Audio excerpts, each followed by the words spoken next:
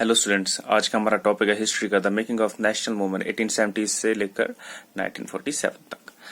तो हम सबको पता है जब कब्जा हो गया था इंडिया पे बुरी तरीके से ब्रिटिशर्स का, तो उस टाइम पे फिर क्या एक नेशनलिज्म की इमर्जेंस आई, एक नीड आई। तो लोग सोचने लगे हम गुलाम है तो हम एक कॉमन लैंग्वेज, हिस्ट्री, कल्चर जो शेयर करते तो हमारा इंडिपेंडेंट नेशन होना चाहिए, हम गुलाम नहीं होने चाहिए। और उस टाइम पे जो पॉलिटिकल पार्टीज होती थी वो मोस्टली लीड की होती थी, अंग्रेजों ने ही लीड की होती थी। चाहे ऑफिस में हो, कहीं पे भी हो, तो अंग्रेज ही होते थे, इंग्लिश लोग ही होते थे। उनमें से मोस्टली लॉयर्स होते थे, ऑफिसर्स होते थे, पढ़े लिखे लोग होते थे। तो आहिस्ता आहिस्ता क्या हुआ, इंडिया में भी लोकल पॉलिटिकल पार्टीज ने जन्म लिया। उसमें से एक पूना सार्वजनिक सभा आती है, इंडियन एसोसिएशन आता है, मैड्रास महाजन सभा है, इंडियन नेशनल कांग्रेस भी आई। इनका एम जो था वेल बीइंग ऑफ इंडिया और इंडिपेंडेंस। अब देखिए, जैसे सार्वजनिक है तो यानी सार्वजनिक का मतलब होता है सबके लिए। तो ऐसे ऐसे ऐसे पॉलिटिकल पार्टीज आई। लोग अनहैप्पी थे सीधे एडमिनिस्ट्रेशन से। नए नए लॉ से हमने पढ़ा, जंगलों में लॉज लगाए गए, लोगों पे टैक्सेस बढ़ाए जाते थे, ये वो बहुत सारे इश्यूज हुए, डिसअपॉइंटमेंट आई। तो बड़े बड़े रिवोल्ट्स हुए, एजिटेशंस हुई, पेजेंट रिवोल्ट्स हुए, ट्रिबल रिवोल्ट्स हुए, और सिपाहीज ने जो किया था 1857 में रिवोल्ट किए थे, आर्मी में विड्रॉ किया था, वो भी हुआ। 1878 में रिपील ऑफ आर्म्स एक्ट किया गया, बोला गया कि इंडियंस आर्म्स नहीं रख सकते हैं, डिस्क्रिमिनेशन किया गया, उसके खिलाफ एक इन्होंने एजिटेट किया। Freedom of speech and expression नहीं था हमारे पास। एक वर्नाक्युलर एक्ट पढ़ेंगे आप, तो इसमें क्या था कि जो प्रेस थी, मशीन थी, जैसे न्यूज़पेपर वगैरह थे, वो ब्रिटिश गवर्न थी। उसमें अगर कुछ आप गवर्नमेंट के खिलाफ लिखते थे तो वो ऑब्जेक्शनेबल आ जाता था, पनिशेबल आ जाता था। उसके बाद कांग्रेस ने डिमांड किया मिलिट्री में एक्सपेंसेस रिडक्शन के लिए। वो मिलिट्री पे बहुत हमारे फंड्स यूटिलाइज करते थे। उन्होंने बोला कि हमारे इरिगेशन में फंड्स यूटिलाइज होने चाहिए। इल्बर्ट बिल क्या था कि इंडियन जजेस जो थे, जो इंडियन अपॉइंटेड थे, वो भी ट्रायल कर सकते थे ब्रिटिशर्स को। यानी कि अगर ब्रिटिशर कोई गिल्टी फाउंड होता तो इंडियन जजेस उसको सजा सुना सकते थे। मगर इक्वालिटी जो थी जजेस के बीच, ये नहीं थे कि इंडियन है तो वो ब्रिटिशर्स को सजा नहीं सुना सकता, या ब्रिटिशर है तो इंडियन को सजा नहीं सुना सकता। बट वो भी थोड़ा सा रिजेक्ट किया गया, क्योंकि जो व्हाइट थे, ब्रिटिशर्स थे, उन्होंने फोर्स किया, बोला कि नहीं, ये लोग फिर बदला लेंगे, ये वो। इंडियन नेशनल कांग्रेस देखो सेटअप हुई थी 1885 दिसंबर में। तो जब 72 डेलीगेट्स डिफरेंट जगह से, ऑल ओवर कंट्री से आए, बॉम्बे में मीट हुए थे वो। तो इंडियन नेशनल कांग्रेस जो हमें सुनने को मिलता है वो तब उस टाइम पे स्टार्ट हुई थी। अब देखिए, हमारे अर्ली लीडरशिप में जो नाम सुनने को आते हैं, दादा भाई नौरोजी, फिरोज शाह मेहता, बदरुद्दीन त्याबजी, बनर्जी, सुंदरनाथ बनर्जी, रोमेश चंद्र दत्त, एस सुब्रमण्य अय्यर, और भी बहुत सारे थे जो नाम हमें सुनने को आते हैं। तो 1890s में इंडियंस ने जो अपने थे क्वेश्चन स्टार्ट किए, पॉलिटिकल स्टाइल जो ब्रिटिश थे, या उस टाइम पे जो ब्रिटिश ने कांग्रेस फॉर्म की थी उस पे की, और कि ऐसे ऐसे आप लोग रूल्स बनाते, वो नहीं होना चाहिए, इंडिया ऐसी नहीं चलनी चाहिए, और बोला कि फ्रीडम हमारा बर्थ राइट है, आप हमसे नहीं छीन सकते। 1905 में बंगाल का पार्टीशन हुआ था। तो उससे क्या हुआ कि जो लोग थे उनमें से डिसअपॉइंटमेंट आ गई, इन्फ्यूरिएटेड पीपल जो थे पूरी कंट्री में थे। बहुत मीटिंग्स होने लग गई पूरी कंट्री में, जगह जगह ब्रिटिशर्स को बॉयकॉट करने के लिए कहा गया।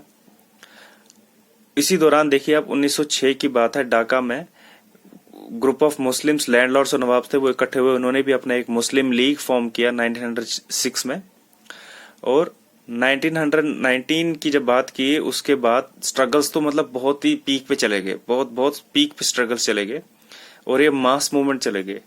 इंडियन इंडस्ट्रीज भी आहिस्ता आहिस्ता एक्सपैंड हो रही थी।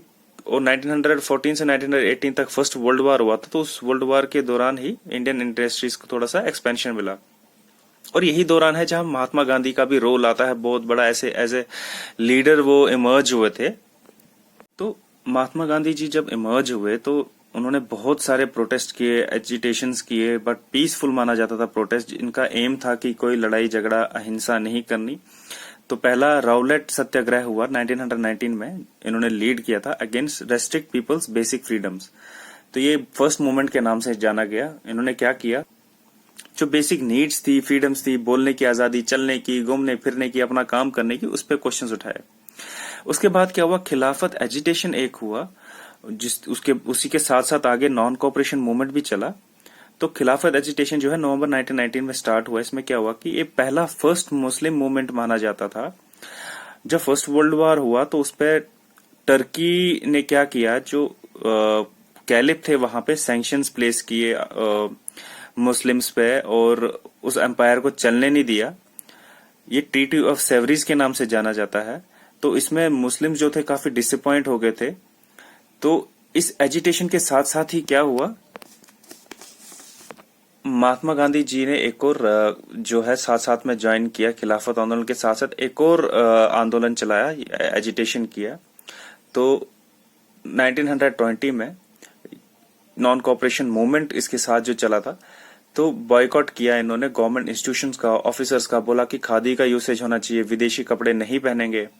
अवार्ड्स वापस किए किसी को अगर कोई मिला था। इन्होंने बहुत सारे लोगों ने इंस्टीट्यूशंस लीव किए। फॉर एग्जांपल लॉयर्स में मोतीलाल नेहरू, जवाहरलाल नेहरू के पिताजी जवाहरलाल नेहरू जो थे, सीआर दास थे, राजा गोपालाचारी थे, आसिफ अली थे। इन्होंने प्रैक्टिसेस जो ये लॉ वगैरह कर रहे थे इन्होंने छोड़ दिया। महात्मा गांधी जी ने नॉन कोऑपरेशन मूवमेंट छोड़ दिया फिर लेकिन 1922 में, क्योंकि कुछ क्राउड जो थे इतने वो हो गए थे गुस्से में, उन्होंने पुलिस स्टेशन जो थे चोरा चोरी में 22 पुलिसमैन को मार दिया था, जला दिया था वो स्टेशन। तो उन्होंने इनको छोड़ना पड़ा नॉन कोऑपरेशन मूवमेंट।